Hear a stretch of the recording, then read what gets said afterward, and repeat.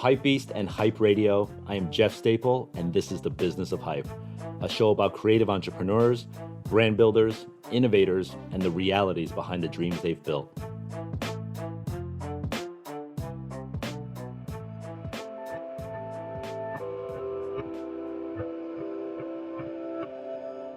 It is very hard to encapsulate our guest this week. I feel like he's lived multiple lives, and in fact, he is still now creating even more chapters. You know, the word legend gets thrown around a lot these days, but for this man, the word doesn't do enough. I mean, let's try.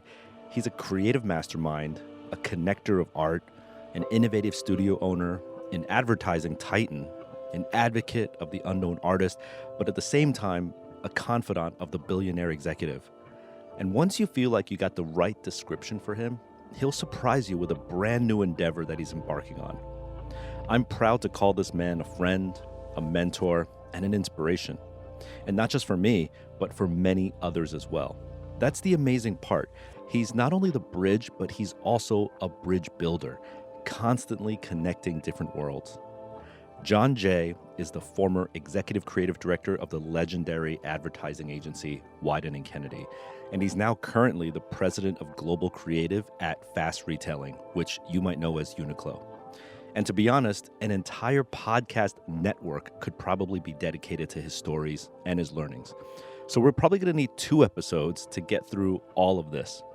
In this first part, we break down John's early inspirations and childhood experiences and career choices that will shape who he is today. So let's get into it because we have a lot of ground to cover. Business of Hype, John Jay, Episode 1. Let's go. My name is John Jay. I'm president of Global Creative for Fast Retailing, which is the owner of many brands, but including Uniqlo, J Brand, Theory, Helmut Lang, Comptoir de Conteneurs, and Princess Tam Tam, the last 2 in Paris. Okay, that's big. But I spend most of my time on Uniqlo at this point. Mm-hmm. Clearly, it is the 900-pound gorilla in the room, and with tremendous opportunities and things to solve. I'm here in Japan, but I live in 3 cities. Okay. I live and work in 3 cities. I live in Tokyo, Portland, and New York. Mm-hmm. And so I spend time between those 3, and then, of course, travel to other countries, other societies, other cultures, other places around the world. What's a month look like for you? Like 30 days? It's pretty crazy. But like, explain how you break down these time zones. I do have to spend minimum 7 days in Tokyo. Mm-hmm. That's my commitment. 7 days to 10 days always, and that usually has to stretch out to 2 weeks. So. And I've been spending more time in New York, I consider my hometown in many ways. And I'm committed to some major things in New York this year, and I just have to spend time there. I've opened what we call Global Creative Labs in the last 2 years. I thought it would be, the first one was in Portland, Oregon, and I was going to build an office there of some size, and it turned out that I invested that time and effort into New York, so we have a new office, a creative lab in the Meatpacking District on Gansworth, and now in Tokyo and in Shanghai, and Portland is still there, but I'm still in the midst of building that. So we have these creative labs that are opening around the world that are helping me to connect to the cities, the cultures there, but also we're beginning to make creative work out of those labs. Okay. And previously, your last role was at where? I was for many years partner and executive creative director of Wieden+Kennedy. Spent my last I don't know how many years with Dan Wieden, the founder, as the global creative lead over the entire network. And I had spent 6 years in Tokyo opening Asia, living in Tokyo, opening Wieden+Kennedy Tokyo, then Shanghai, then New Delhi. And then Dan asked me to come back to help run the network with him. Mm-hmm. How many years were you at Wieden all told? 21. 21 years. And how many years have you been at Fast Retailing now? Trying to think now. I think 3. Okay. So short time. All right. And then before Wyden, was there like a home that you had in a career, or were you like sort of jumping around? No, I had a big home called Bloomingdale's Okay. back in the days when that was one of the driving cultural forces, quite frankly, Yeah. in New York City. And it's hard to say that now because even kids at FIT wouldn't understand what I'm talking about. Mm-hmm. And people would say, isn't that a department store? Yeah. Isn't that synonymous with dinosaur? Right. But it's hard to explain to people what a force that was back then. Mm-hmm. Yeah. So Like not just a retail business force, but a cultural force. influential force. Yeah. I mean, one of my favorite quotes. I was doing a double page ad in the New York Times. That itself will tell you how old this is. How this is. I was the largest advertiser in the New York Times. I did what I called triple trucks. Triple trucks meaning 3 consecutive pages in the center of the first section of the New York Times, and that once in a while would grow into quadruple pages, 4 consecutive. Mm-hmm. But not only that, sorry to get into this detail, but it's a sign of the times. I owned page 5, the very first advertising page in the first section on the right-hand page, which was the premiere. I owned the space of the double page spread in the middle, Mm-hmm. the back page, and the inside left and right before the back page. So I could create all these stories. And so I would create these narratives, these fashion narratives, design narratives, cultural narratives that would be displayed in the paper. And once I went to Andy Warhol and asked him, I said, we're going to do something about Bloomingdale's place in America, and the promotion is going to be called America. And the quote was, Bloomingdale's is the museum of the 80s. And that's what it was like back then. And my first trip to Japan was for Bloomingdale's. And I spent time here interviewing designers, fashion designers, graphic designers, filmmakers, and they gave me space in the store to give a cultural exhibition of what was happening in contemporary art and contemporary communications back then. So it's hard. It's hard even in this interview. It'd be difficult for me to even express to you the kind of work that we did. I mean, documentaries that I produce all over the world. Wow. Exhibitions with graphic designers, shopping bags for 10 years that had no name on them, no logo, constantly surprising by having a different artist or illustrator or photographer each time, so that I could set you leaning to the left. Oh, the Bloomingdale's bags are going to be about painting and illustration, and then next one would be a photographer, and the next one would be a graphic designer, and never have our name on it. Wow. Never have our name on it. You never put even the on the bottom. Bloomingdale's. No, not even on the bottom where it says Equitable Printing Company. I didn't even put it there. Wow.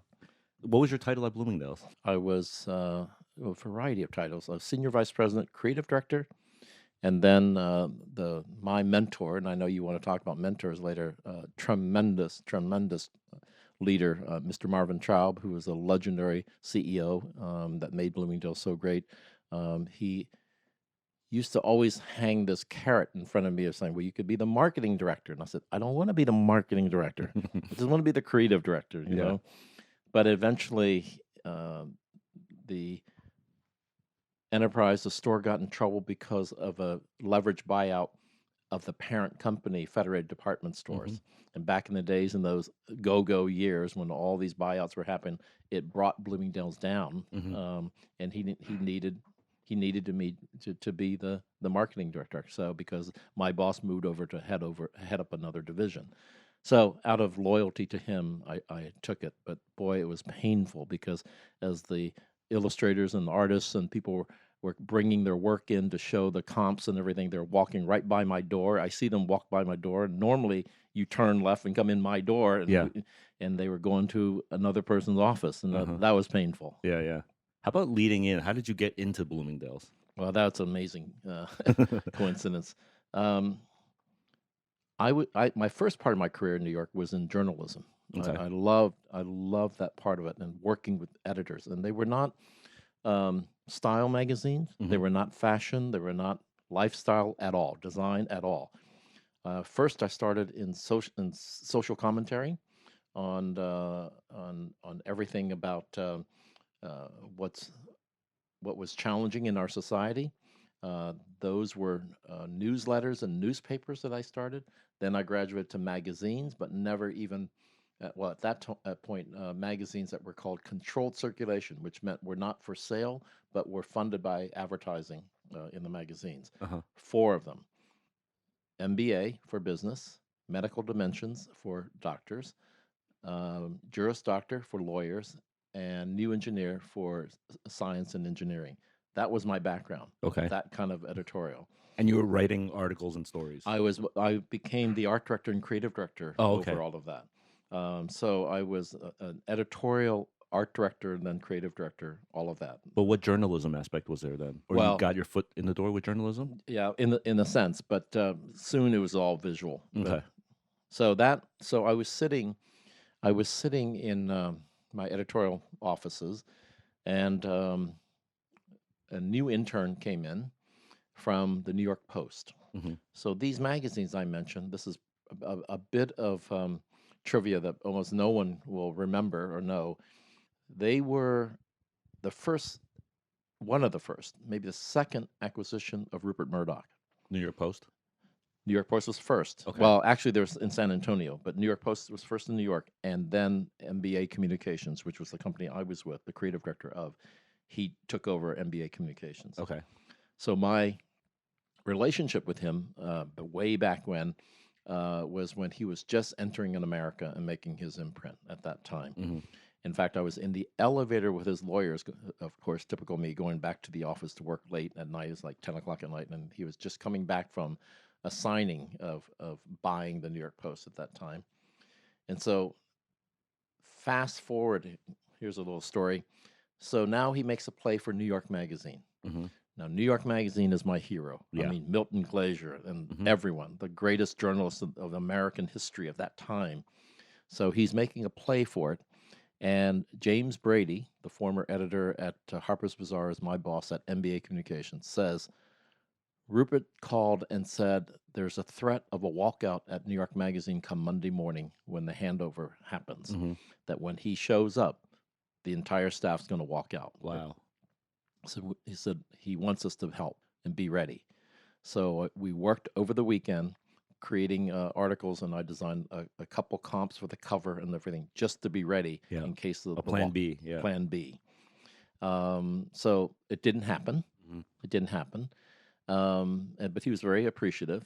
And 2 years later, there were these 2 hot young editors who took over New York Magazine as a team, which was unusual. I always dreamed of working at New York Magazine because it was just, the high point of editorial design at that time, you know. Walter Bernard, who was the legendary art director that actually made the magazine under Milton. So I'm sitting in the lobby with my reception area with my little portfolio.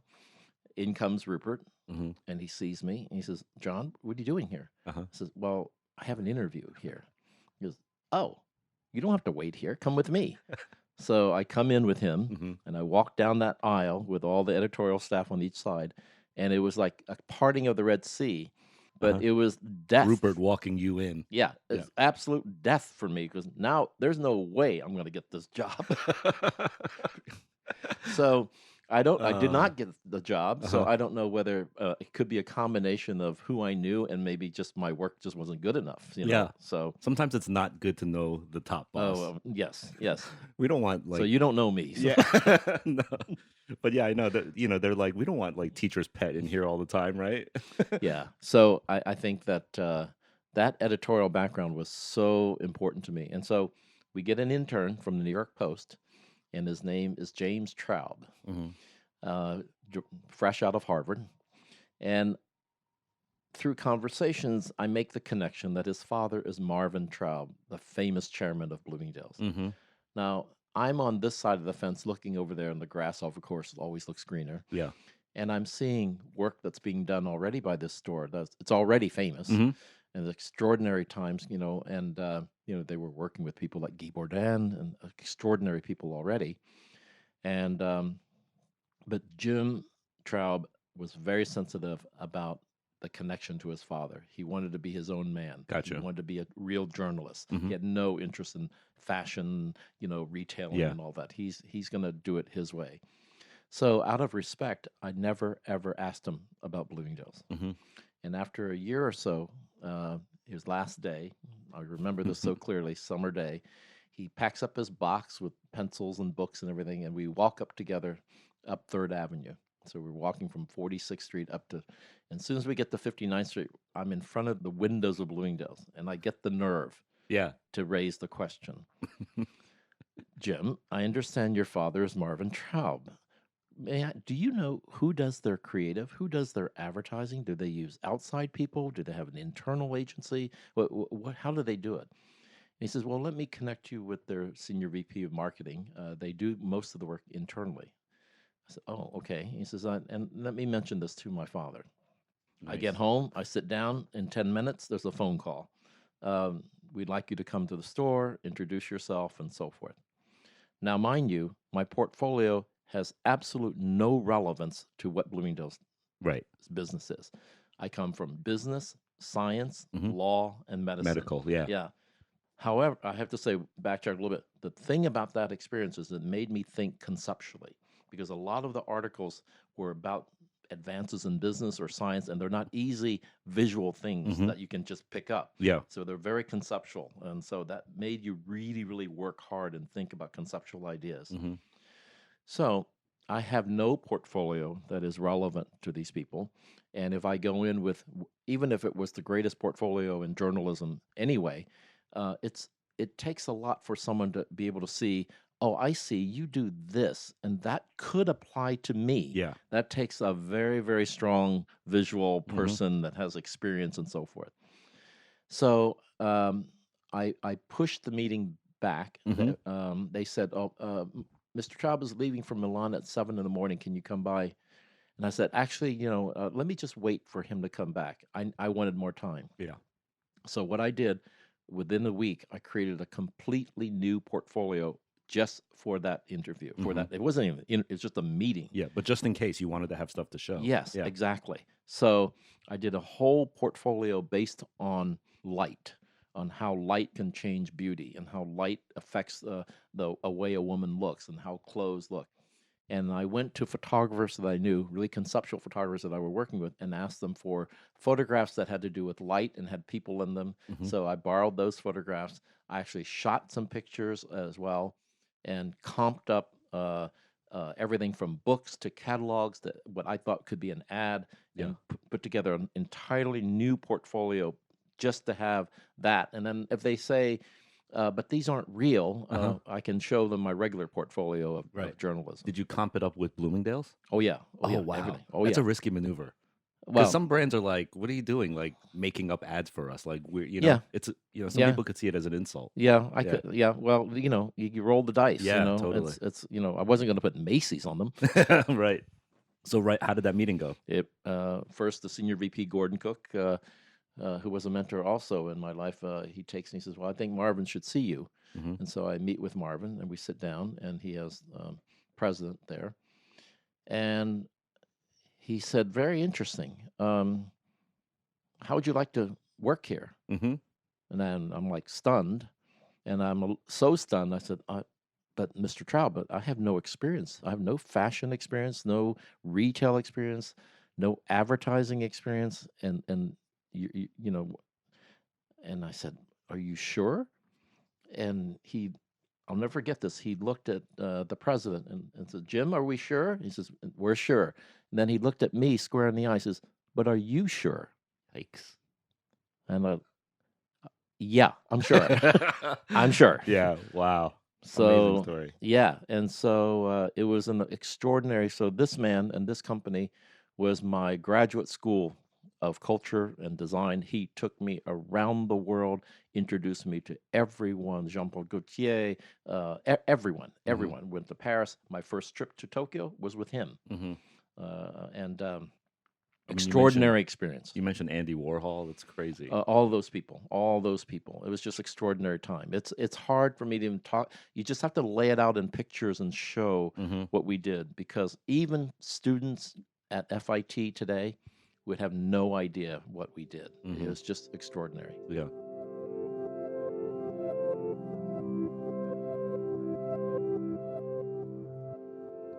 One of the things I truly believe in is taking calculated risks. Calculated is the key word here, because random risks are just stupid and will probably get you nowhere quickly. John knew that Jim, the son of Martin Traub, was a way into the job of his dreams. He waited over a year for the right opportunity. Patience, willpower, and ever observant. And as Jim's last day approached, those final moments, this was John's last chance to ask. He finally summoned the courage, popped the question, and got the answer he was looking for. Now, could he have asked earlier? Sure. Would he have gotten the same exact answer? Quite possibly not. He had to read the room and his surroundings, and his radar and instinct told him this was it. This was the moment. Timing is everything. If you're listening to this show, you probably already know that you can't expect to sit around and hope for opportunities to fall into your lap. There's a difference between keeping your fingers crossed and being strategic about it. It's not just about taking action. It's about knowing when to do it. There's another takeaway from this section. At this point, John's already got a great career, but this whole new opportunity would thrust him into new and unconventional scenarios. How do you go from medical and law journals to fashion and retail at the pinnacle world stage? First, it starts by saying yes, even when you know deep down you might be thinking, what the hell do I know? But John knew he was good, and he knew he would learn fast. So when the person controlling the room looks you dead in the eye and asks, but are you ready? You better have your answer locked and loaded.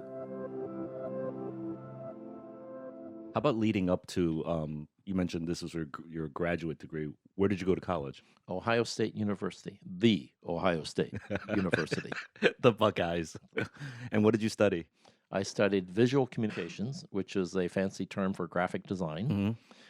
We were the lesser cool students because in the program of industrial design, the 3D people, the product people. Yes, product designers were the cool ones. They had the X-Acto knives and stuff, yeah. And we were making moccasins and belts with beaded things. But in actuality, Ohio State, that program was one of the leading programs at that time, just started. And all the teachers were either English, German, Swiss. Okay. It's extraordinary. So mostly from Europe. All from Europe. So you have to remember now, I'm coming from a Chinese laundry at that time. Explain this. What do you mean? I grew up in a Chinese laundry. So I never lived in a house until I was 15.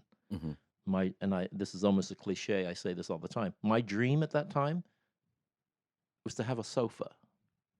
Right. So your parents were immigrants from southern China. They ended up in Ohio. My father came when he was 12 by himself. Classic story. Mm-hmm. By himself. Actually, and this is something that I need to do a lot more digging, and I hope it's not too late.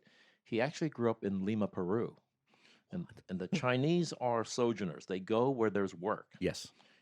Humberto Leon of Kenzo, mm-hmm. he's Chinese. His family is from Peru, and they go there every year. And I'm dying to go with him one day to see if I could excavate something, ideas. Yeah. But his brothers died of some illness, okay. And so the parents got scared and sent him to China. Mm-hmm. He goes to China. He doesn't even speak Chinese at mm-hmm. that time. And he spends some time there, and then finally he comes by himself to America, I think maybe 13, 12, and ends up in Columbus, Ohio, because we had a quote-unquote relative. And it's not truly a blood relative, but someone who's from the same village is considered your uncle. Yeah, uncle. Uncle, auntie, yeah. Right. Yeah. So he goes to this uncle, and this uncle owned a Chinese laundry called the Charles Wing, C-H-A-S, period, W-I-N-G, laundry, hand laundry. So my parents ended up immigrating to America after World War II. My dad fought in World War II. And met my wife and trying to use that money that he saved up, the GI money that he saved up during the war, came to America and worked at the laundry for nothing, for peanuts, just to have shelter. Yeah. And as this old man thought about retiring, they paid something for the laundry and took it over. And shortly after I was born. So I grew up in the laundry. Right. In the room that used to be the room where you would hang all the clothes to let it dry. Right. It's and this because the laundry at that time didn't even have a a dryer. Hmm. Everything was hung dry. Yeah. So I grew up there, and so it literally wasn't until I was a junior in end of sophomore year of high school that I actually stepped foot and lived in a house. Wow. That must have made growing up in high school very awkward or embarrassing. Yeah, in junior high, Yeah. I had one friend that kind of my closest friend. Well, at the time, well, in more elementary school, I think. Living at the laundry, I never had anyone over. Of And course. I could never have anyone over. Yeah. And I decided to ask my friend Robert to come over one day. And it's this tiny room, and it's like the size of this living room here that my parents lived in and I lived in. So, and there was a partition that was their part of the room. And um, I wanted something to make it feel special. This is my first time a Western friend from outside is coming to visit me. Hmm.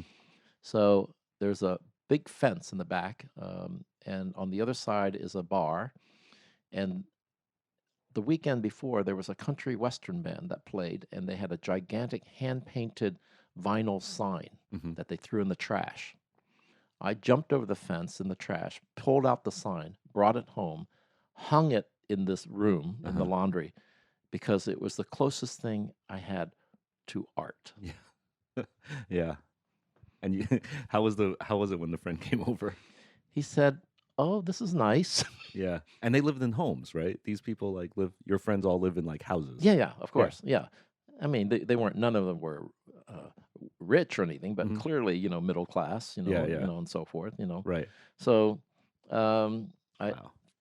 now I'm hobnobbing with all these different artists all over the world and so forth. But my Yeah. first experience was hanging a country western band hand painted sign on vinyl out of the garbage that I picked up and hung on the wall because I just wanted some kind of decoration. Yeah.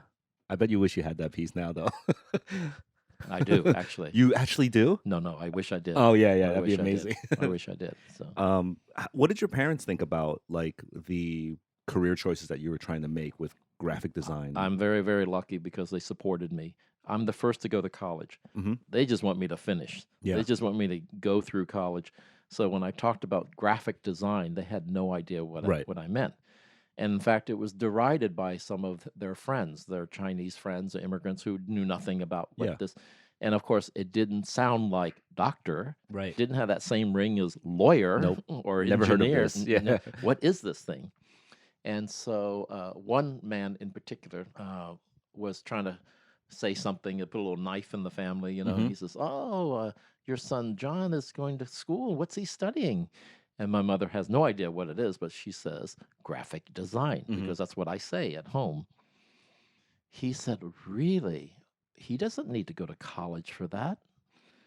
Oh And boy. so the way he was describing it, don't they make the little thing ads in the yellow pages in the phone book? Hmm.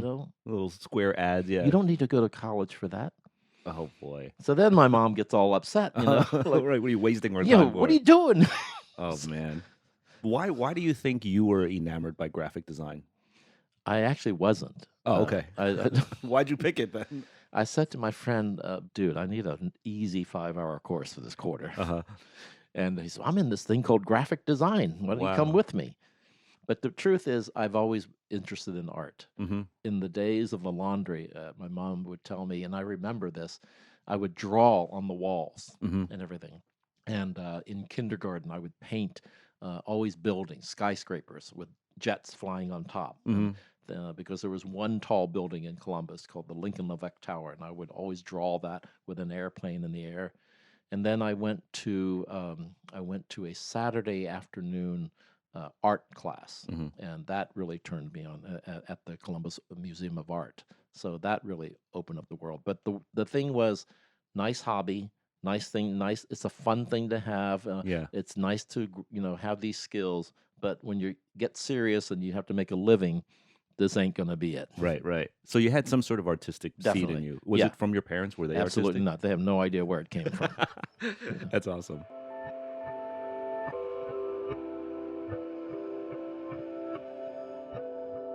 Despite having a legacy that most of us would wish to just have a slice of, John continues to be the same humble, down-to-earth guy I first met a decade ago.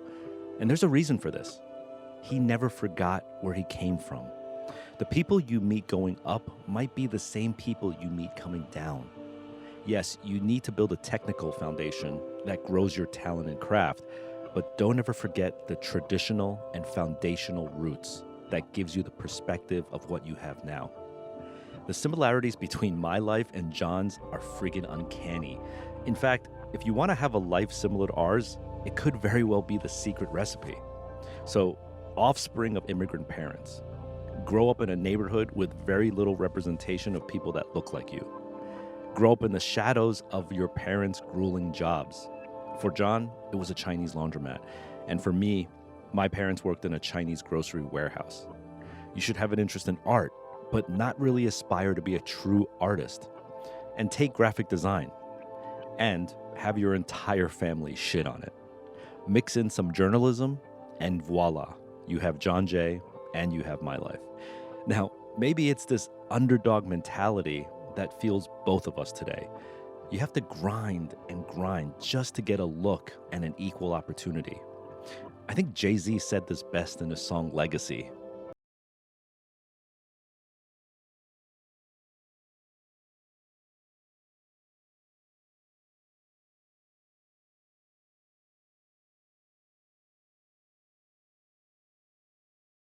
Just to stay in place. What's the reason behind why you do what you do? Always have that crystal clear in your mind. Why? Why do we wake up? Why do we navigate? Why do we motivate ourselves? The answer to that, my friends, is the purpose of life. Okay, so we got your college days. We got Bloomingdale's. Right. How do you now jump from Bloomingdale's to freaking Wieden+Kennedy? Once again, no, I never worked at an agency, right? Yeah. Never worked on sports, right? And yet I go to Portland, Oregon to become a creative director on Nike. Yeah. You know, in fact, the first day at work, Dan comes into my office, Dan Wieden comes in my office and said, you know, John, I forgot to ask you this. Do you know anything about sports? I said, Dan, too late. Yeah. But read my lips. Ohio State.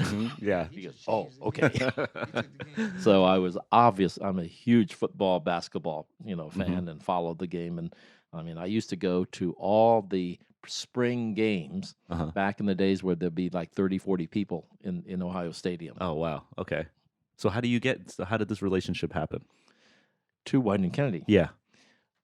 Well, working at Bloomingdale's, you have to remember, I'm a son of immigrants. So that underdog mentality is forever with me. Yeah. Even today, strongly. Mm-hmm. And I think you can relate to that. Definitely. Always. So I'm in Bloomingdale's. Now, Bloomingdale's is super famous and and I built probably one of the most interesting and coveted creative departments in the country. Yeah. But on the pecking order, we were still at the bottom of the ladder. Oh, yeah? Bloomingdale's was? In-house. Oh, in-house. Yeah. Creative department. Right. At a department store for the most part. Okay, Bloomingdale's is different. Yeah. It's true. So the agency world of Madison Avenue was the glamour at that time, was the power, in terms of creativity, the big budgets and everything. And so I always felt, well, I can play with these guys. I think I'd like to, compete and we, in terms of awards and that kind of stuff from a design standpoint, we were on par equally. But socially, the feeling is, you're an in-house person, you can't be all that good, you're and so forth. And so I started introducing to my staff key creative people from the agency world. Okay. And the fact that they would accept my call and come and give lectures and spend time was a sign of respect. Mutual respect. Mutual respect. Yeah. Dan Wieden, David Kennedy was one of them. Okay. So they flew to New York, and I rented the Art Directors Club and to have better space and brought my staff, and they gave a lecture to the people. The second person was Jay Chiat of Chiat Day. Okay. This is at the creme de la creme, at Yeah. the top, right? Willing to come to give time to me and to talk to my staff and so forth. So, So Wieden already had Nike, oh yeah, and yeah, Chiat Yeah. already had Apple. yeah, Wow, and they came to talk at Bloomingdale's. yeah. Okay, that's great. yeah. So I'm just trying to get some respect here Mhm. for maybe I never said this openly, but just for myself, you Yeah. know. Here's a good story. Adweek does a special promotion or exhibition of creative directors of New York. Mhm. And I was selected as one of the people to be photographed for a portrait. And then later there's a show at some place, I don't know, Art Directors Club or something like that. Yeah. And all the portraits are hanging. There was an opening event. And of course, I was the only non-agency person Mhm. in the show. Mhm. And I was going up to see where my picture was, and I heard this girl say, "Why is he here? Oh, Why damn. is he here?" Right. From a Okay. department store? Yeah. Now let me take you back. My parents come from China. They are not college educated, but many of their peers are. The husbands use their GI money to go to college and so forth, and so some of them did have college educations. They're all in their 20s, mid 20s, I guess, in America. They are at a event, a party, a social event where all the young couples are there and enjoying themselves. And one of the women said to my mother as she entered the door with my father, "Why are you here? Your husband doesn't have a college education." And that burns a hole in me today. That still follows me around. Yeah, definitely. That sort of judgmental, like, why is he here? Yeah. Yeah. Okay, so you were able to parlay that talk, I guess, into a deeper relationship. What happened? I met Dan first time at the San Francisco Art Directors Club judging, Mhm. and the San Francisco Art Directors Club wanted to bring more prestige and more national viewpoint to their judging, so they invited people from outside of San Francisco to be judges. Okay. Once again, I'm the only non-agency person there. Right. At the table, I knew Tom McElligott, one of the co-founders of Fallon McElligott, which was one of the hot agencies. This is the time where Madison Avenue is being challenged by regional agencies. Chiat Day in Los Angeles, Portland, Oregon with Wieden+Kennedy, Fallon McElligott in Minneapolis. Okay. And Tom and I knew each other because I had given Fallon McElligott a project to do, which won quite a few awards. So I see Tom, I go directly to him, sit down, and the guy sitting next to him was Dan Wieden, and that's how we met. And I think from there, then I invited him to come to speak at Bloomingdale's. Okay. And then how did that parlay into a job? Well, years later, I would send him stuff. Yeah. To be fair, I would send him the new shopping bag or the new ad campaign or something, just to stay in touch with him. Yeah. Because I admired what they were doing so much. And I invited him to speak. He's very shy. I invited him to speak at a major retail conference in Chicago. And I kind of lied about the size of it. I said, like, maybe the 40 people. Uh-huh. I think it was 300 or 400 people. Right, right. So we go in for rehearsal. I take him in, and I open the door to the auditorium, and he goes, "Holy shit, this is it, the place, Yeah.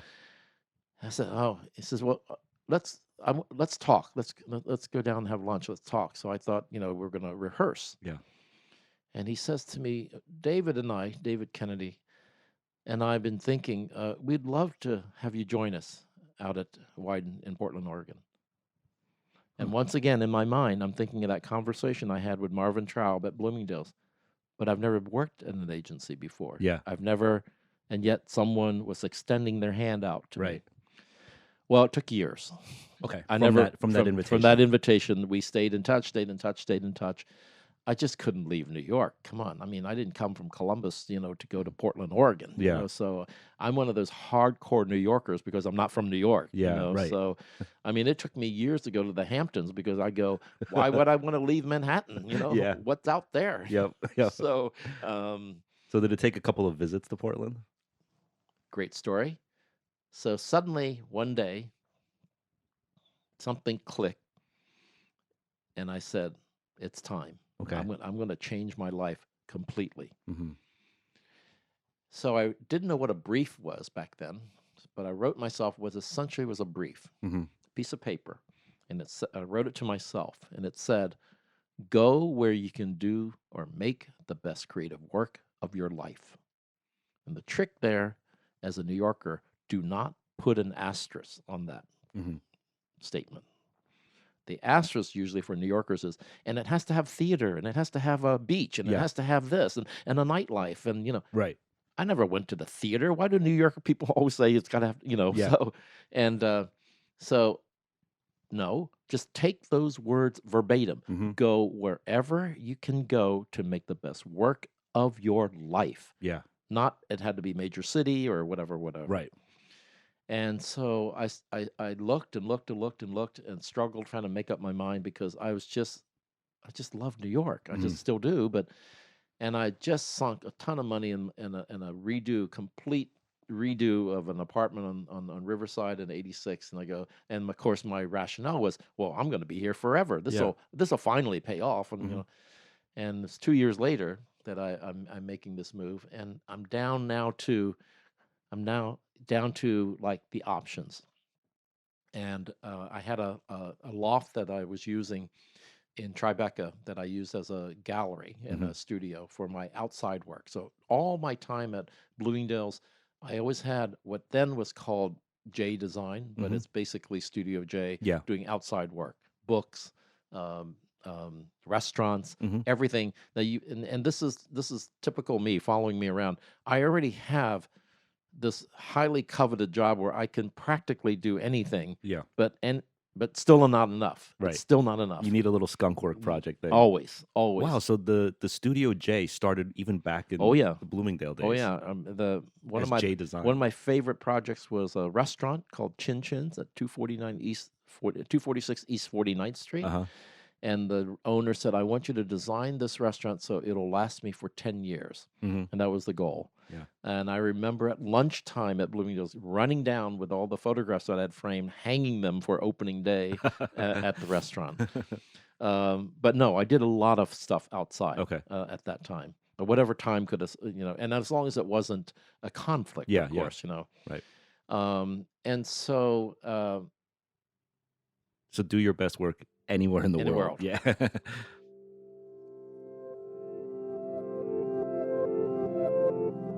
Business-based decisions are challenging to deal with. It's because there's no mathematical right or wrong answer. Sure, some would argue, just compare the dollars. But is it really that simple? I mean, what's the price of personal satisfaction? What's the price of being proud of the work you're putting out into the world?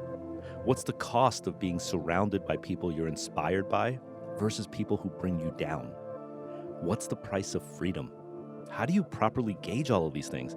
The thing is, the answer is different for everyone. There is no right or wrong answer. The key here is asking yourself, what is your motivation and drive? Which is why John did something genius here. He wrote himself a brief. He unknowingly treated himself like a client and said, "John, this is what I want you to do. Go where you can do the best creative work of your life." This was so smart because just as much as you should have a core foundation to ground you, you should have a guiding principle to move you forward. And be real with yourself. No asterisks, no buts, no BS. Keep your brief simple, clear, and actionable.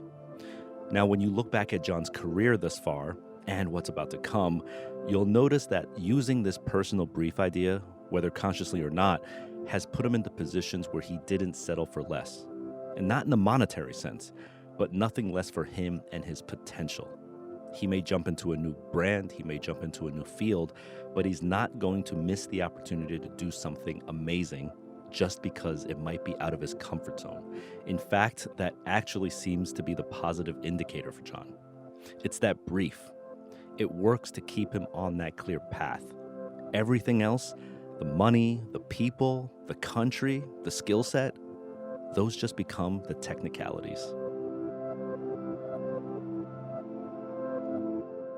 So I get an offer from someone that I really admired. Ralph Lauren. Buffy Baratella, who was his right hand and head of communications, came down to the loft and we sat down and I ordered some Chinese food and we sat there and talked. And over the course of the next 48 hours, things, I said, I don't, we talked about it. And so that was so comfortable. Mhm. It's in my, Yeah. zone. I know all the people. It's New York. It's New York. It's someone that I admired very Mhm. much. I worked with, because we were his largest account, at Bloomingdale's.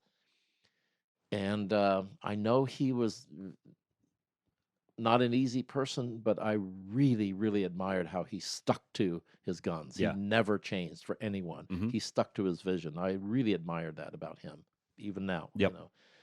And I was thinking that this is just but it was just an extension of Bloomingdale's in many ways. Yeah. It was a 1-foot pivot. Yeah. Yeah. A few blocks, and that's Yeah. about it. So Wow, I can't believe what really prompted you to turn that down, like just well, because of that? well, recently in the last year, of course, you see the 50th anniversary of Yeah. Ralph Lauren. That's on every book and every Mhm. cover, and you think about, wow, you look at those pictures and you think to yourself, maybe I could have been in these pictures. Maybe I could have been a part of this and so Yep. forth. But I needed radical change. Okay. I needed to take the chips and put them on something else, bet bigger, and something a little more unknown, Crazy. What a move. And I've had series of these, Uh-huh. leaving the magazines to go to Bloomingdale's. It was a perfect. Once again, I start the interview. Oh, I'm so sorry, but I don't have any experience in Mhm. your field, and this continues to follow me. Right, Now right. Now it's a regular thing that I do. Yeah. I look for those interviews. Yeah. I don't have any experience in what you do. Right, right. Um, so I talked to Dan. Mhm.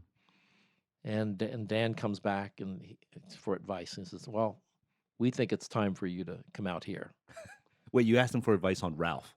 on just Life. life, Yeah, yeah, yeah. like." And so So the invitation was still open for so Portland. I took it. Uh-huh. So here's the point: I've never been to Portland, Oregon. Oh my God. I've never been to the You took agency. it without going to Portland to No, visit. Yeah, because of the brief. Yeah. The brief Go to yourself. to yourself. Yeah. Not. It has to have a population of Yeah. over 1 million, and Because you'd go to Portland, you'd be like, "Where's the museum? Where's the cafe?" Like, there wasn't even a food cart back then. yeah. Oh my God, brave. Yeah, and that's what you have to do. So my advice to people listening, young people, you've got to put the chips on something big Mhm. and Yeah. go for it. Don't make excuses. No, You'll don't. always find an excuse to get Yeah, out of it. and Yeah. you can always go back. Yeah. I can go back to New York today. It's like, what's the big you deal? will, and you will. Yeah. Yeah. So And I want you to put into reference because a lot of the listeners of this know Nike's history intrinsically well. So when you made this jump, what year was it, and what was going on with Nike? 1993 fall. Okay. Okay, Okay. 1993 fall. I arrive on Monday. Mm-hmm. On Tuesday or Monday, Dan says, "Do you know anything about sports?" Yep. I'm off to a flying start. Thursday, Phil Knight calls. Okay. Shit. You're in the fryer. Phil Knight calls Dan and says, "My son tells me that we may be losing relevance on the streets of New York. Is there something you could do to help us?" He said, "Well, my friend John just arrived from New York. Let me Mhm. talk to him." Mm-hmm. So there's a lot of moves in between, but quickly I put into action something in using all my New York contacts and knowledge and so forth. And I presented some thoughts to them. It actually was people don't know this, but there's actually a pitch by Nike, Mhm. external and it was a pitch internally at Wieden. Okay. And lo and behold, I won Mm-hmm. the pitch. Oh, internally there was a pitch to Nike. Yeah. Okay. And then that pitch was against someone else outside. Oh shit!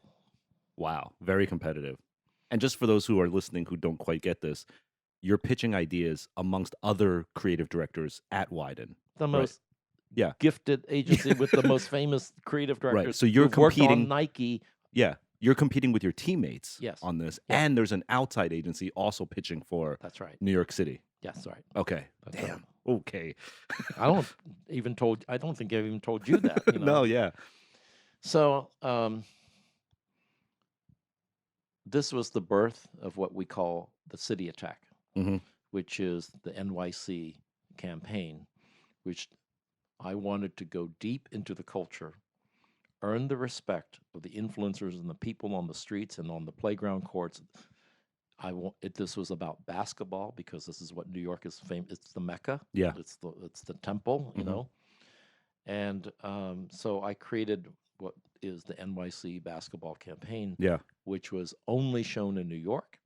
My creative changed from borough to borough. The billboards would change Mhm. according to what courts. The TV that I eventually did was only run in New York City, Wow. only in New York City. I didn't know that. I didn't even know that. And then so This was your first first job at Wieden. yeah, 4 days later. And I have to say, it couldn't have been more better timed that Phil said we have a problem in New York. Yes, Wow. yes. Timing is everything, isn't it? Yeah, but you have to put yourself in that place. You have to work your ass off so that you're in that place so that timing comes to you. Yeah.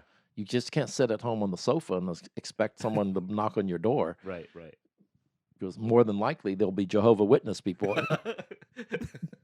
Yeah, exactly. So the first thing I did is I went back to New York Hmm. and I called my friend Young Kim and I said, I can't go this weekend, but I'm going to send some people out. I want to hit the streets and I want to get interviews and I want people from the culture. I want people from the game. I want people from the streets. Mhm. And in that weekend, I'm introduced to Babito Garcia Hmm. and the tape that we made in his apartment. This is way before sneakerology and all of that. Yeah, I mean, yeah. and then I ended up making it, and I showed in part of my presentation Babito's comments about sneakers and about, looking for shoes and about the relationship to the game Mhm. and so forth. And so that presentation that included that video, and I did a bunch of work, led to immediately the beginnings of this campaign. Wait, that was just to get the pitch. You had Babito in the pitch? Yes. So you called Young Kim, you interviewed Babito Garcia, did all the research, not even to get the job, like not even to do the actual work. This is just to hopefully do the work. That's right. Oh my God. Yeah. Wow. Yeah. And they must have been floored by Yeah. the depth of the storytelling. Yeah. And the marketing director, famous guy, Scott, kicked me under the table as I'm going up to present. At Nike. At Nike. Yeah. At Nike, before I go to present. And he said, remind them he's a baller. Remind them he plays ball, Mhm. which means he's not just a sneaker guy. Yeah. He's not just a collector. Mhm. He's not just a DJ. He is a hip hop historian. Yes. And so forth, but he also plays ball. Hmm. And that adds to the credibility to the work that I'm doing. Yeah. All right. So off we go, and I make TV and so forth, and it's that work that if you go back with the locked off camera, Hmm. Yeah. It was well, like for those who don't know now, what we're talking about is the classic stacked NYC logo with a swoosh running through it. That's right. Yeah. And so your team at Wieden did that. I did all that. So the first weekend, so this is Thursday, and I go and I have to stay in town. So I said, Phil Knight just called, and we have a presentation next week. Mhm. I want all out this weekend. We're going to go for it this weekend. Mhm. I get a lecture. John, you're new here. There is a certain quality of life that we really cherish here. Right. And it went on for about 10, 15 minutes. And I nodded respectfully. I am new to the agency. I'm new to Portland, Oregon. I get on the phone, call all my New York friends. I don't get permission from account service. I don't get permission on budgets. Mhm. Get on the plane, get out here. We're going to go to work. So you called your New York friends And flew them out to You Portland. said, "Fine, Portland guys, you go home at 5 o'clock on Friday." Wow. Now, I am sure at that moment there were Portland people that would have stayed with me, but I didn't know anyone. Yeah, and you didn't have time to I didn't have time to filter it mess out. around. Yeah, So I flew, got to get this shit done, right? let's go. Yell at me later. Yeah. So what? After we get the job, yell Yeah. at me. So I flew some people out from New York, Mhm. and we worked through the weekend. And then as the videotapes and the interviews and everything start coming in, we start piecing things together. I had ideas for TV. I started using things, and then I sent photographer out, who was a New Yorker, to just shoot parts of New York. I said, I want you to go down Lower East Side. I want you to go to Brooklyn. I want you to go all these places, shoot me these pictures, send them back to me right away. Mhm. And I started piecing together an idea of this campaign. So the first work I did was actually I went to New York and I made an NYC with a swoosh, and I made it into giant press type, Mhm. really big. Explain press type.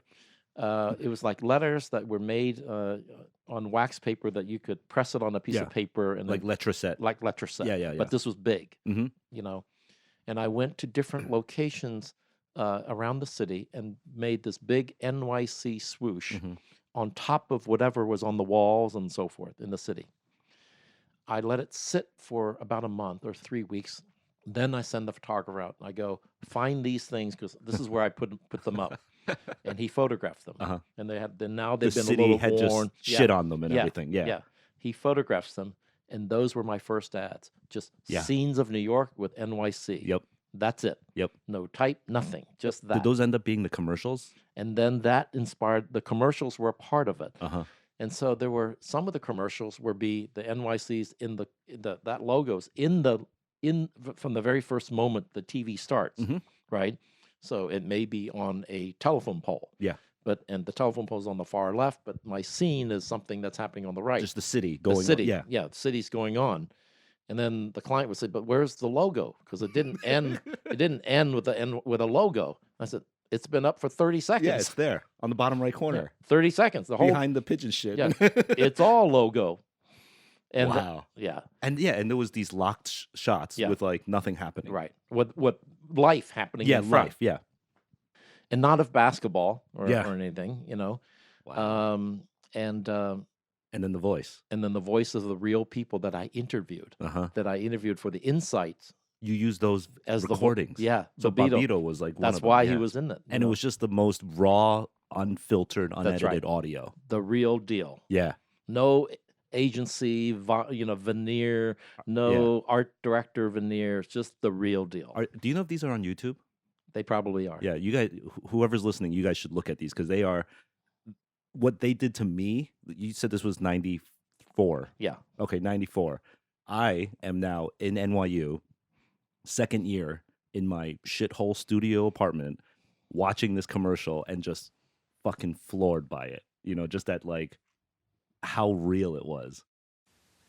Kids in New York emulate street legends, and that doesn't happen in LA. So if you come from LA to New York and you just shooting your regular fundamental, 10-foot jump shots, Joe Regular. Yeah, Joe Regular. Nobody's gonna emulate you. Nobody's gonna try to be like you. You want people to try to be like you. You want to be a force. You want to have recognition and be looked at as like, damn, he just changed the game. He Right. took the game to another Completely. level. How was it pitching this to some Portland guys? They must have been like, no way. We can't see the shoe. We can't see the logo. There's no one playing basketball. So I asked Dan, I said, who can work with me on this, on the writing side? He said, well, my brother's free, Ken Wieden. He's free. Why don't you work with Ken on this? So I bring back all the tapes and everything, and I said, this is what I've got. This is my idea.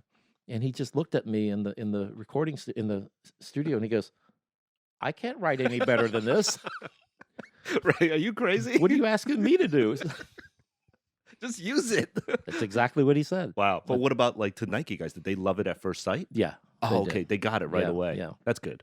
Now, in this pitch, it wasn't treated as the glamour thing. Mhm. Okay. Once again, why am I here? I get all the crappy jobs. Mhm. I'm the new kid or whatever. Yeah. So this thing is given to us, and it doesn't report to the marketing and advertising board. There was a board of 5 people, 4 people At Nike. at Nike. Okay. Mark Parker was on that board. Okay.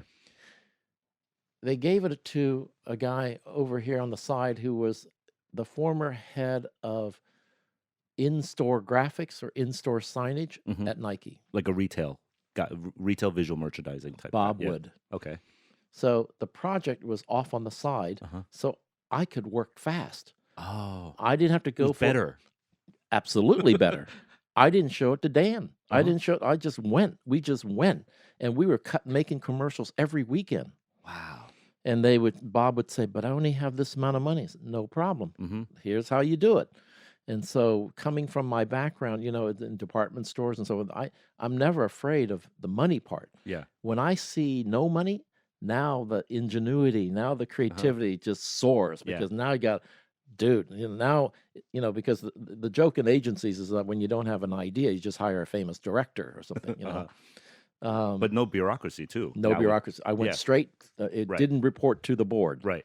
You Like know, it could almost go from your thought to like the subways. we were Like literally in 5 days, we were on the streets that's making amazing. stuff. Yeah. Literally. Yep.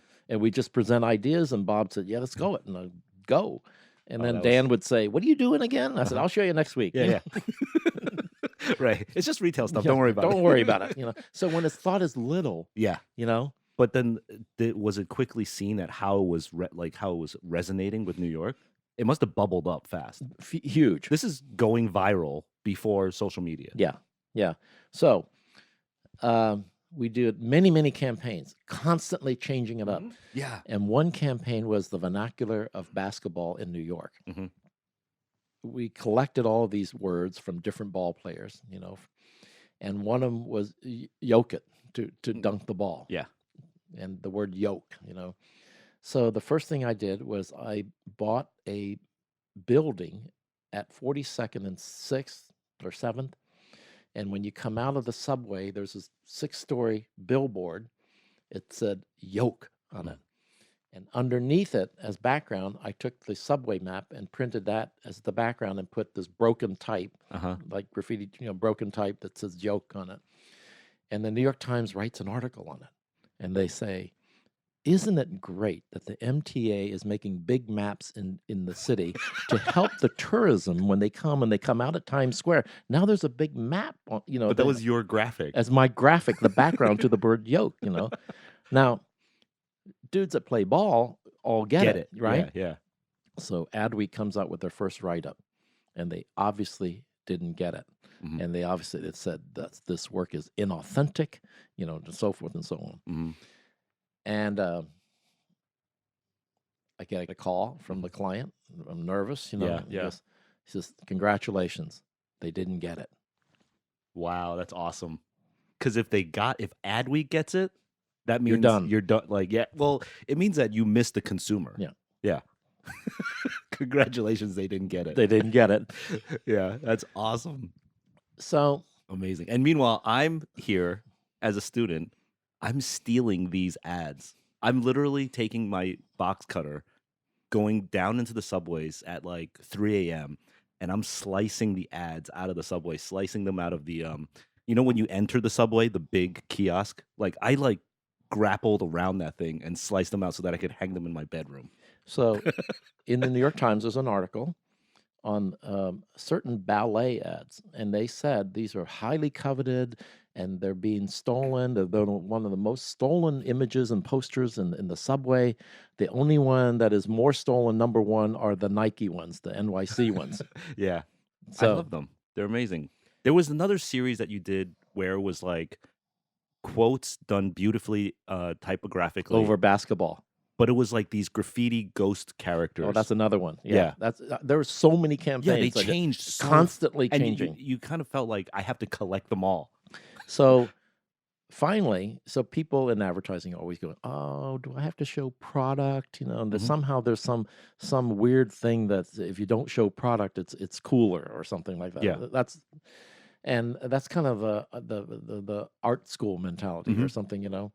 So so I'm doing all this stuff with no basketball, just words and pictures and images and so forth. And so now it's time to put some product out there. Yeah. So we bought these billboards all over the city, and I had a graffiti artist paint the Air Darwins in graffiti style, Uh-huh. a giant shoe in Yeah. graph style, and he did the type, and it just said Air Darwin. Mhm. It was a beautiful billboard. Yeah. You know, just pure shoe. Right. Pure shoe. Yeah. You Oh man, know? those are the days. I mean, most kids probably think the NYC logo is like an Air Force One model because that's what they ended up doing. They ended up putting it on product, right? It just came out. You commented yeah, on yeah. that. You it was the commented. Dover Street one. Yeah. Yeah. Yeah. And I just thought, I mean, I don't know who you talk about, like the cross sections of culture and Ray Kawakubo and Comme des Garçons and Dover Street and you and Nike NYC on this one shoe. I just feel like no one really knows the intersections that happened. So I noticed it, and you put a little call out on that thing with my name on it. Yeah. And I'm sure most people don't know what's Yeah. Jeff referring to Yeah, here. I did the post and I wrote a caption. I wrote CC John J. Yeah. But like people are like, what? What does he have to do with this? He shops at Dover Street. Awesome.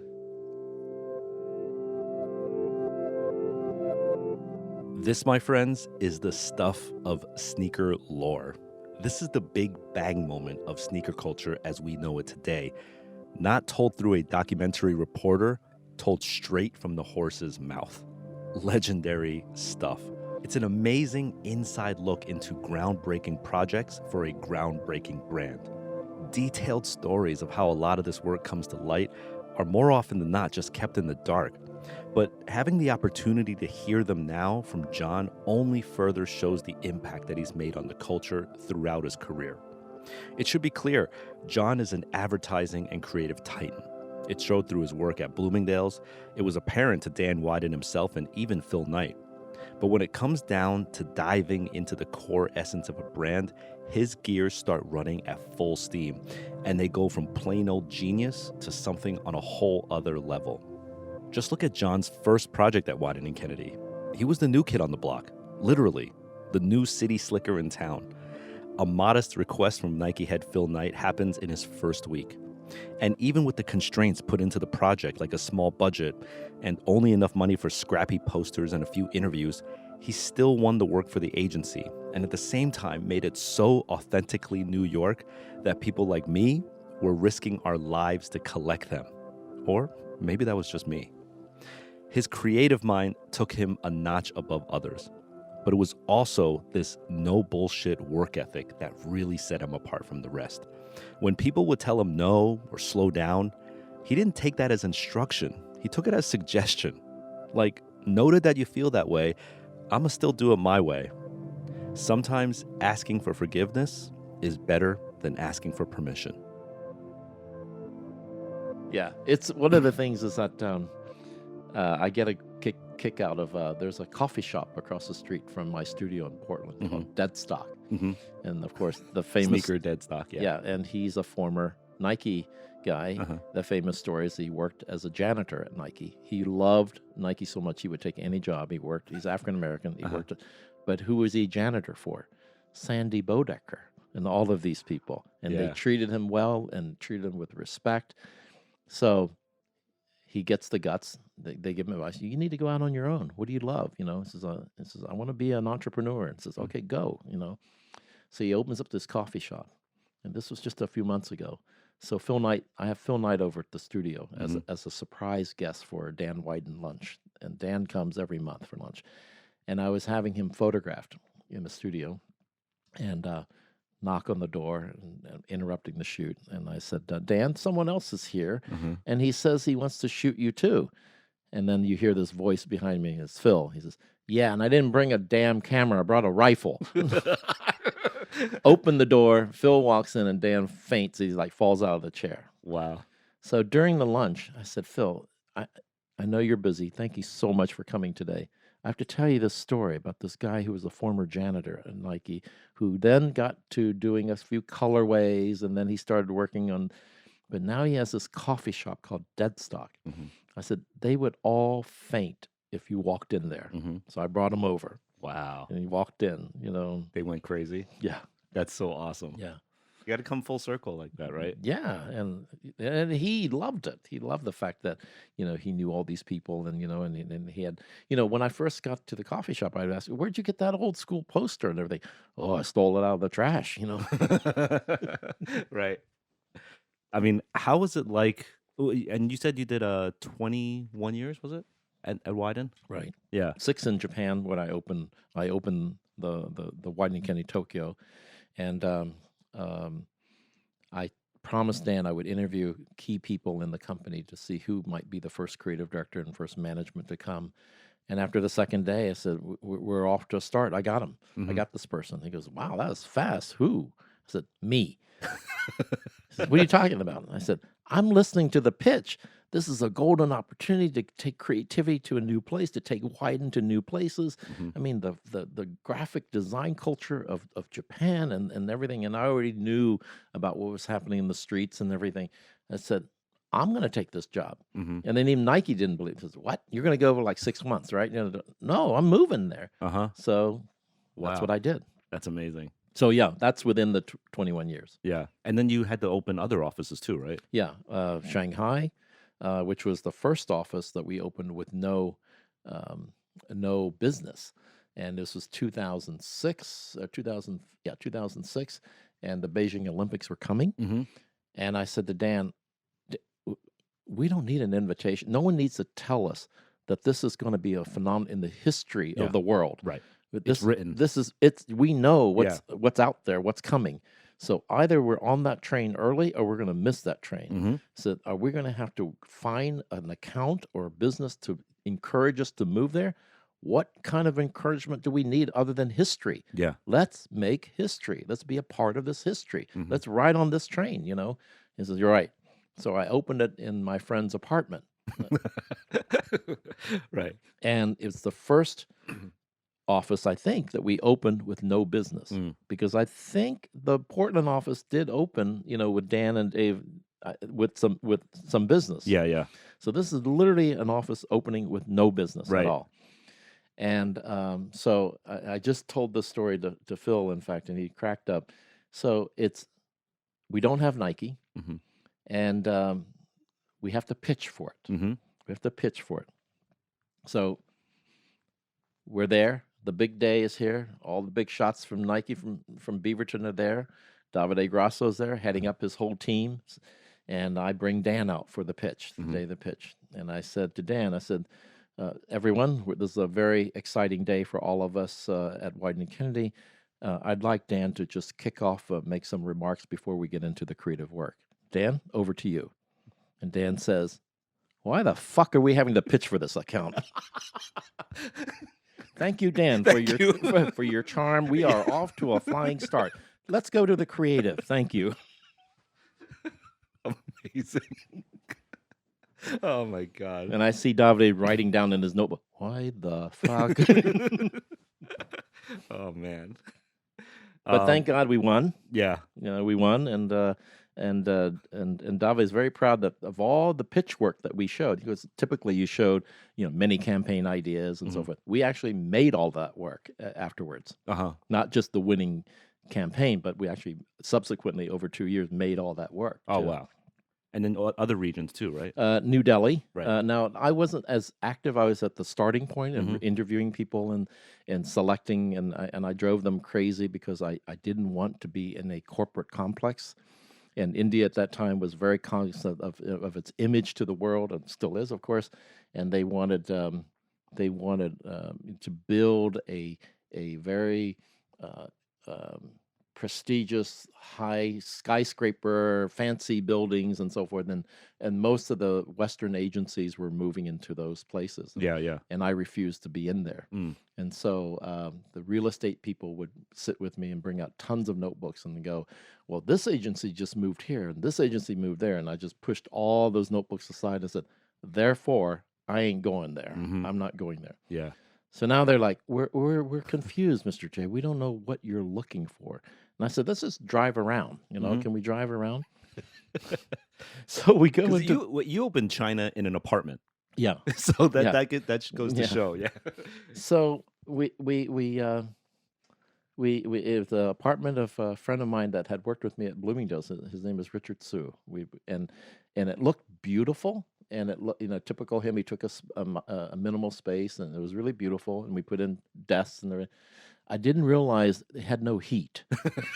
So the Wieden people are, John, there is no heat in this damn place. You know, they're all wearing like heavy coats. You know, So we're in Delhi, and I'm rejecting every place. Uh-huh. And the final blow was when they said, "But this agency, a major Western agency, just moved in here, and let me just show you the reason why everyone is going to come to this building." And they flipped open the double page spread in the presentation. This place has a food court. Wow. Yeah. Okay, let's get in the car. Let's go look at some stuff. Right, right. So we start driving around, and we went into some strip malls, what's equivalent to a strip mall, and I saw this concrete flat roof building with big glass in the front that was empty. Mm-hmm. I go, what is that? I like that. Mm-hmm. He goes, oh, that's a former BMW dealership.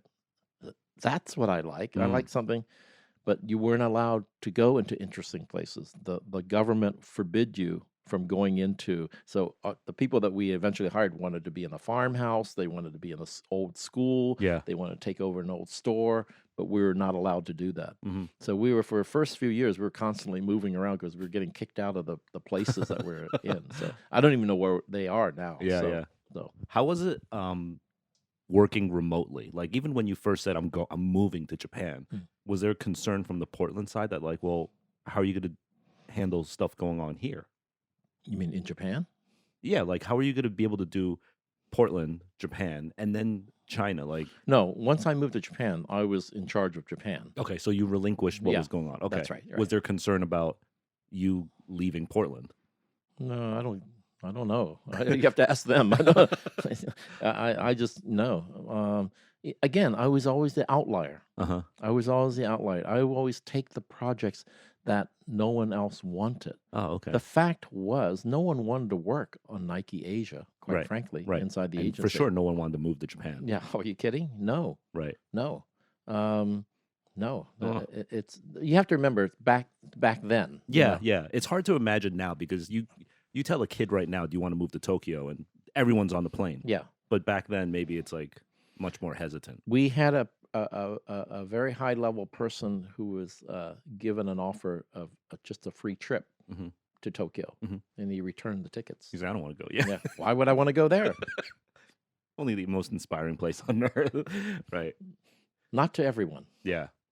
Did you think, was there any point in your career there that you thought, this is where I'm going to hang my hat? Like, You mean forever? Yeah. There are those times. Because, I mean, it's just the people that you were with, the reputation, where Nike was going, this is top dog stuff. Yeah. You could argue that there's no higher point. Well, I come back to Portland. Now, when I'm in Japan, that's when my friendship with Mark Parker really was cemented because he was coming to Japan so much. He would come hang out at my office. Yeah. And he'd get in trouble because he wouldn't go to the Nike office, and he had to explain that I'm here on personal time. This is my recharging, for creativity and so forth and everything. And then suddenly I had the great pleasure. We would start talking, and we would challenge each other. So where do we have to go for inspiration? And so one year I said, let's go to Art Basel. And then next year he said, let's go to Salone in Milan and so forth. And then there was this famous trip where we traveled through all the cities, and we met with Fraser Cook and all of these people. Yeah. All the OGs were met and hired from that trip. Yeah. Wow. Amazing. So he would come and do these inspiration trips with you. Yeah, and he would meet with everyone else. I Yeah, mean, he was such a figure there. I remember we were going over to the Metacom anniversary show, and they had all the influencers do a Metacom, a bear brick, and Mark did one for, of course, of all the artists in the show, and he has a bear brick in the show. Yeah. And so we go early to the show, and there's a line of people waiting to meet him, artists. And each one had made a special gift, a piece of art, and all waiting for him to come to give him this piece of art. It was extraordinary. Yeah. He's real patron to the arts. Oh, yeah, isn't he? extraordinary. Yeah, yeah. Extraordinary supporter. And I had the great time of going to some of the artists that he's the patron of and so forth, and see the work in progress, and extraordinary supporter of the arts. Yeah. And not the obvious people. That's the other thing that's so interesting about him. So Yeah. and so we would travel around the world, and this is while I'm at Wieden, you Yeah. know, and so one day, and I don't talk about them, in the agency or anything. Mhm. And one day there was a post by Rebecca Van Dyke, who at that time was the global Nike account director, Mhm. and it said, "Has anyone been wondering where John Jay is today?" And then she posts a picture, Okay. and it's a bunch of us standing in front of the Nike jet with Kanye. Mhm. And that's that famous trip where he asked for a ride to New York. And during that trip, he flips out his notebooks. Now, he had no idea he was going to be with us. And all these drawings of shoes were in his notebooks. Wait, how did this trip even transpire? How did you, Kanye, and Mark Parker end up on a jet? There's a famous picture of all of us sitting there. Where were you going from and to? From Basel to New York. Miami? Yeah. Okay. So you And- just it wasn't planned that he was going to No. be meeting with you. So Dr. Romanelli, Okay. Dr. Romanelli. right? Yep. Dr. Romanelli says, "Hey, we're down here. I'm showing Kanye the art scene and so forth. Do you think it's possible that we could get a ride? Could he get a ride back to New York with you?" And Mark said, "Yes." Okay. Jamie, This is how was this shit happens. It's always. And so we're on the thing, and he had no idea, and we're talking about videos and ideas, and we're just talking, and then Mhm. he whips out of his backpack his notebooks with all these shoe drawings, Mhm. and then he starts drawing, and so that's how it started. The Yeezys. Yeah, right there, Wow. right there. So I didn't Hmm. post it, the picture, but Jamie on the plane did take a picture Mhm. and posted on his, and somehow Rebecca Van Dyke at the Wieden agency saw it Yeah. and posted it. Did you get in trouble or something? No, it's just that I would never show that. Yeah, yeah. Right. And that was the beginning of their relationship. What is your impression of Kanye when you met him then? And have you met him? I had talked to him about maybe a few months ago. Uh-huh. Yeah. What's your impression? Incredibly smart. Mhm. Incredibly smart. And I can't separate from some of the shows I've been at his, Yeah. that which were extraordinary. Yeah, pieces of art. Just extraordinary. Mhm. When he is on that stage by himself, for 2 hours. I mean, Yeah. it's just extraordinary. I just thought he was incredibly smart, very clever, Mhm. very obviously clever about PR, Yeah. Mhm. obviously, Yeah. very creative. That's all I can say. I don't know him that well. He called me recently to talk about something, Mhm. and no, he's Yeah. I know there's a lot of haters out Right. there. I obviously don't agree with a lot of stuff that he says, Mhm. It always makes me wonder, why is he saying it? Is it really something he believes in, or is it?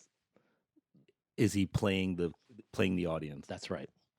You think he's clever enough to do that? Oh yeah. Okay. Oh yeah. Oh yeah. I kind of believe that too. Yeah. Yeah. Yeah.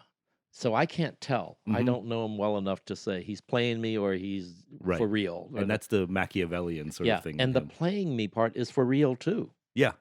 And sometimes you could argue that he has to make himself believe it to get the wool over everyone's eyes, to make it like Maybe that's why you have to it's wear like a hat. It's like like actors who do method acting and like they live the whole character. That's how they become such great actors. And what he showed and his ideas for videos that were built on controversy, Mm-hmm. built on popular culture, added with controversy. Yeah. What he talked about in some of these ideas. Right. That controversy part tells me he may be playing me right now.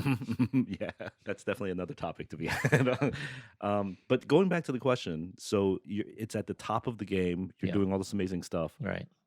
Did you ever sit back and think like, this is it for me? Like, I'm good. To be honest with you, maybe. Mm-hmm. Maybe. But the agency world started changing. For sure. It wasn't as interesting. Mm-hmm. And this is what happened in retail for me, the fashion At industry. Bloomingdale's. Yeah, it was. I can see that star, Uh-huh. beginning to lose a little bit of the luster. Mhm. I'm not saying widen, but the agency world was, and I've done so much, and throughout my career, this is what I've definitely fought hard to earn this right, and so, but I am extremely lucky, and I'm surrounded by the best mentors in the world, in the Yeah. history of the industry. hmm But I need more. Yeah. I need more. So you knew that you needed more, but you knew that And mind you, I have Studio J. Yeah. I'm also doing stuff, right on the side. on yeah. the side. Yeah. But you knew that the agency world was sort of losing its luster. It was dimming. Yeah. Yeah. The one that I knew, now it's probably going to find itself and be something else. Mhm. It's not- evolving. Yeah. It has to evolve. Yeah. But after a while, you start thinking, what else can I do? Mhm. And there's so much more. There's so much I don't know. There's so many people I haven't met, and there's so Yeah. many places I still haven't gone. Mhm. Now, compared to most people, I've probably done a lot. But Yeah. like But- 5 lifetimes worth, maybe. it could be. I was just thinking about something that I was thinking about writing, and metaphor was a bridge. I was looking at some footage that I just shot on my phone, and the idea of a bridge. Mhm.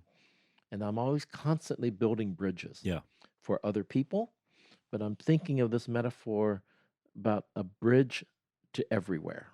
Mhm. Not a bridge to nowhere, but a bridge to everywhere, Mhm. or a bridge to anywhere. Yeah. So that idea, bridge of anywhere. And of course, I want to take that trip. I Mhm. want to get on that bridge, and I want to go. But I also want to bring I want to turn over and look at behind me, and I want to see as many people as I can Mhm. to pull along with me. Right. Following on that bridge. Yeah. Yeah. That's my goal, is Okay. to make it easier for them to go on that bridge, Mm. because that's what the mentors did for me. Yeah. They just said, "Don't be afraid. Let's go." And Dan Wieden was extremely helpful in that. Mhm. I mean, again, you have the most famous creative directors in the business at Wieden+Kennedy, and suddenly I come in as a creative director on working on Nike Yeah. with no experience. Right. So who had the guts there, me or him? I think it was him. Yeah, definitely. Yeah.